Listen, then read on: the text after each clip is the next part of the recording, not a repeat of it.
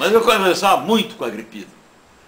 Uma vez o Agripino, eram 4, 5 horas da madrugada, ele acordou bem cedo e começou a falar. Ele tinha uma hérnia monstruosa, parecia uma tromba de elefante. Assim como o Ademar, ele também tinha. Também, mas a hérnia do Agripino também parecia uma tromba de elefante, enorme. Ele tinha medo de operar. 5 horas da manhã, eu estava no primeiro ou segundo ano na faculdade de Direito, acordo ouvindo a voz do Agripino. Ele falava com um sotaque meio italianado. Fernando, Fernando, Fernando, olha aqui, Fernando. Ele estava com o corpo dele empinado na cama e sacudindo ali a sua hérnia. Diz assim, estes canalhas, estes filhos da putas, andam dizendo que eu estou broxa. Olha aqui, Fernando, como está duro. E sacudia aquilo com violência. Contei para o meu pai depois. Meu pai morreu de rir e soltou assim, imagina esse grande homem com essa preocupação. Isso é a pura verdade.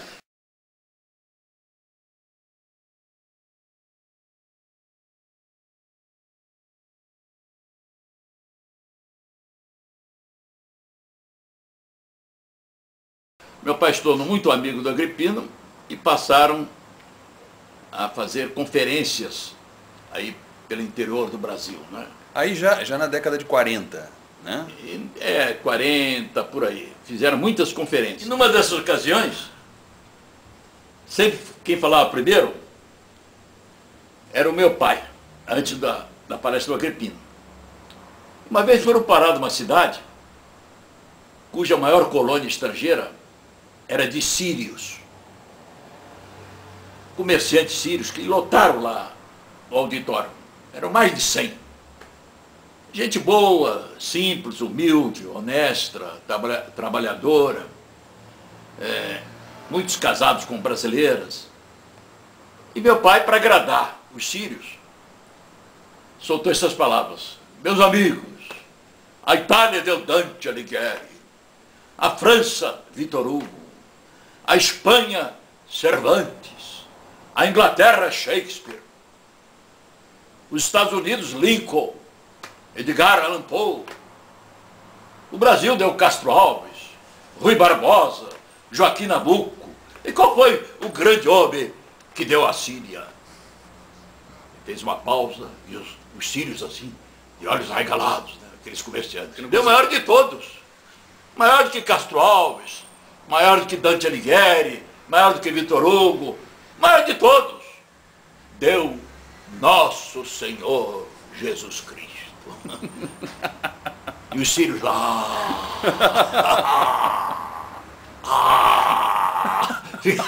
Ficaram isso. Depois o Agripino falou, sempre com grande brilho. Ele era um causer, um palestrador admirável, falava de improviso com meu pai. E um sírio se aproximou do Agripino e fez essa pergunta. Doutor Agripino, é verdade, como disse Doutor Salomão, que Jesus Cristo era sírio? É verdade, Doutor Agripino? O Agripino respondeu, bem, meu amigo. Isto eu não posso assegurar com toda firmeza, mas eu garanto que aqueles dois que morreram ao lado de Jesus na cruz eram sírios, nascidos em Damasco.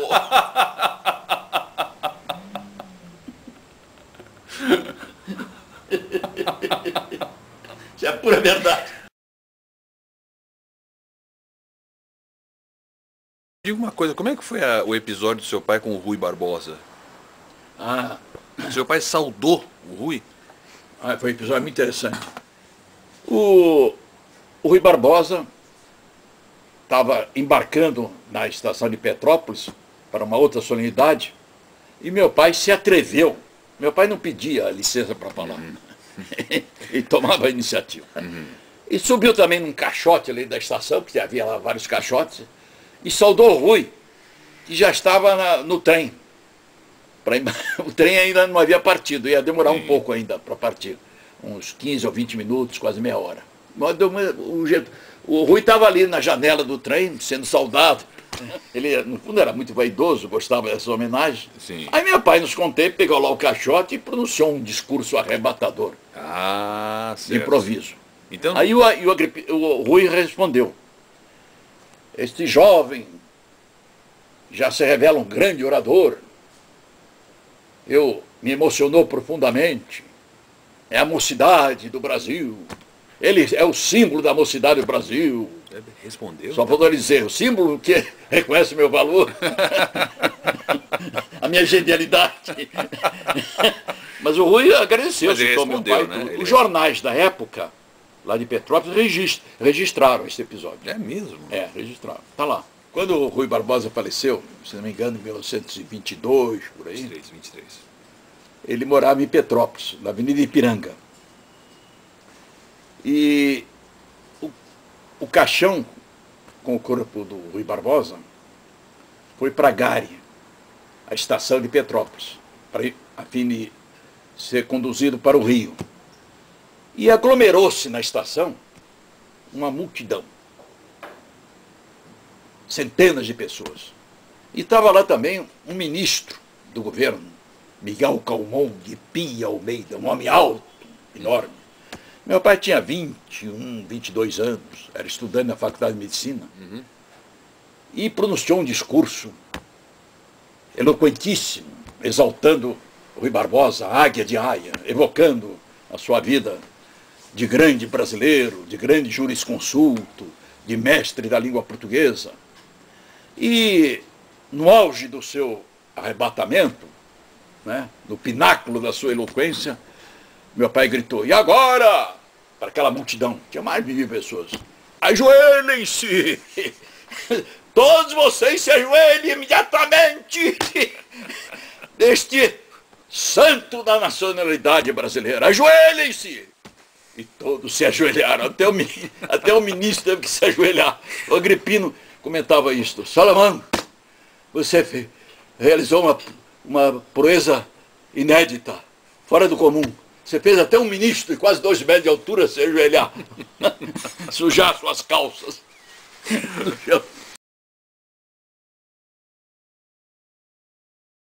O senhor tem saudade da sua época de acadêmico? Tenho, muita. O Largo deixou saudade saudade? do meu amigo Luiz Fernando Whittaker, que hoje é desembargador, se não me engano.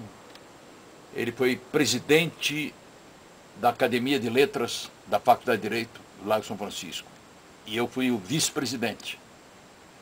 E naquela época eu sugeri ao Whittaker para convidar o Jânio, que era prefeito, para ser o paraninfo dos novos membros da academia. E o Jânio aceitou. O Jânio da primeira fase, com aquele capote preto, coberto de caspa, o olho torto, escaveirado, parecia um espantalho de milharal. O Jânio sentou-se ao meu lado, o auditório cheio, estavam vários professores da faculdade, no salão nobre, tinha mais de 300 pessoas lá. E o Jânio apareceu com aquele capote, né? Parecia uma figura estranha. Parecia que havia se evadido de um conto terrorífico do Hoffman, ou de Edgar Allan Poe. Era uma figura espectral, né? Uma figura cadavérica. Espectral. Com um olho para lá, outro para cá. É como diz o francês, um olho que manda a merda, o outro olho.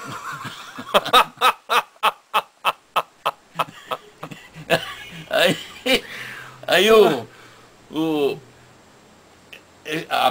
ali a parte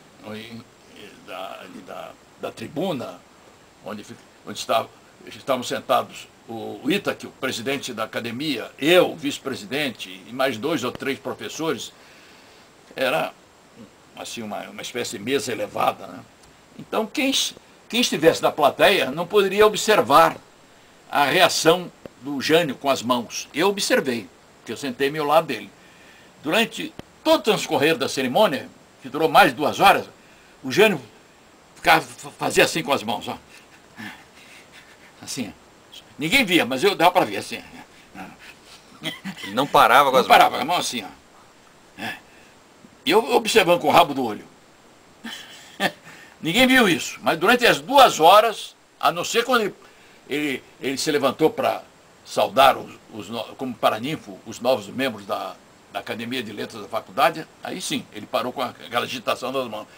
Quando voltou a sentar, novamente continuou. Parecia que ele estava sendo ali torturado, sei lá o quê. Uma coisa meio epilética. Sei lá. Quando terminou a cerimônia, o Itaque, fiquei sozinho com o Itaque, ele perguntou: o que você achou dessa? Muito boa. Só que eu quero lhe dizer uma coisa, hein? Você não viu a reação do Jânio, né? Enquanto ele estava sentado perto de mim. Não, por quê? A cara dele não mostrava isso, mas as mãos dele não pararam de se crispar, de se agitar, durante quase todo o tempo. Eu quero dizer uma coisa, Itaque. Se um dia esse homem chegar, vamos dizer, à presidência da República, ele é capaz de cometer um ato de loucura. Porque esse homem não tem equilíbrio emocional. As mãos dele revelam isso. Eu sou autor de um livro intitulado As Mãos na Ciência, na História da Arte. É verdade. O senhor era um expert em mãos. Revelam a psique das pessoas. Ele não tem equilíbrio emocional, Itaquer. Se um dia ele chegar ao cargo supremo nesse país, ele é capaz de fazer um ato de loucura, cometer um ato de loucura. E foi o que aconteceu. Eu fui profeta. Primeiro encontro com o Jânio, num apartamento, num edifício da Praça Buenos Aires. Foi lá na Praça Buenos Aires que eu perguntei para o Jânio por que depois de certo tempo o jornal Estado de São Paulo havia parado de desencadear uma campanha contra ele. Disse assim para ele: o senhor, quando era governador, naquela época não tinha muita intimidade com ele, o senhor, quando era governador de São Paulo, eu lia todos os dias o jornal Estado de São Paulo, e praticamente todos os dias saía uma reportagem contra o seu governo, a sua administração. Mas de repente parou. De modo completo. Qual foi a causa disso? Eu perguntei, na frente do meu pai e dos outros. Aí o Jânio explicou. Foi o seguinte: um funcionário do Palácio Campos Elíseos chegou perto de mim e disse que havia descoberto uma grande documentação lá numa dependência do palácio. E ele trouxe para mim essa documentação. E eu pude constatar que eram recibos de dinheiro recebidos dos banqueiros do Jogo do Bicho, pelo então governador Armando Salles de Oliveira. O governador recebia uma caixinha dos banqueiros do Jogo de Bicho, para deixar o jogo funcionar. Meu Deus. Então, eu me comuniquei com o Dr. Júlio Mesquita Filho e disse para ele que queria ter, em plena época em que o Estado de São Paulo estava desencadeando, no auge da campanha do Estado contra a minha pessoa, o meu governo, e eu disse que precisava falar com ele. Ele, seco assim, concordou. E houve então esse encontro, e eu coloquei numa mesa baixa todos aqueles recibos dos banqueiros do governo do Estado de São Paulo, do dinheiro que havia recebido dos banqueiros do Jogo do Bicho. E eu disse para o doutor Júlio Mesquita Filho: doutor Júlio, o senhor escolha. Ou o seu jornal para com esta campanha, interrompe, ou eu vou divulgar isto. Está na sua mão. E ele parou. Interrompeu. Foi isso que aconteceu. Agora, o Armando de Salles não tinha fama de ser uma pessoa honesta? Tem a fama de ser um homem honradíssimo. E, no entanto... Mas o Jânio contou isso para mim, para o meu pai e para todos que estão reunidos ali no apartamento. Eu perguntei para o Jânio: mas eram muitos recibos? Eram dezenas e dezenas de recibos. Estavam todos amarrados com elástico.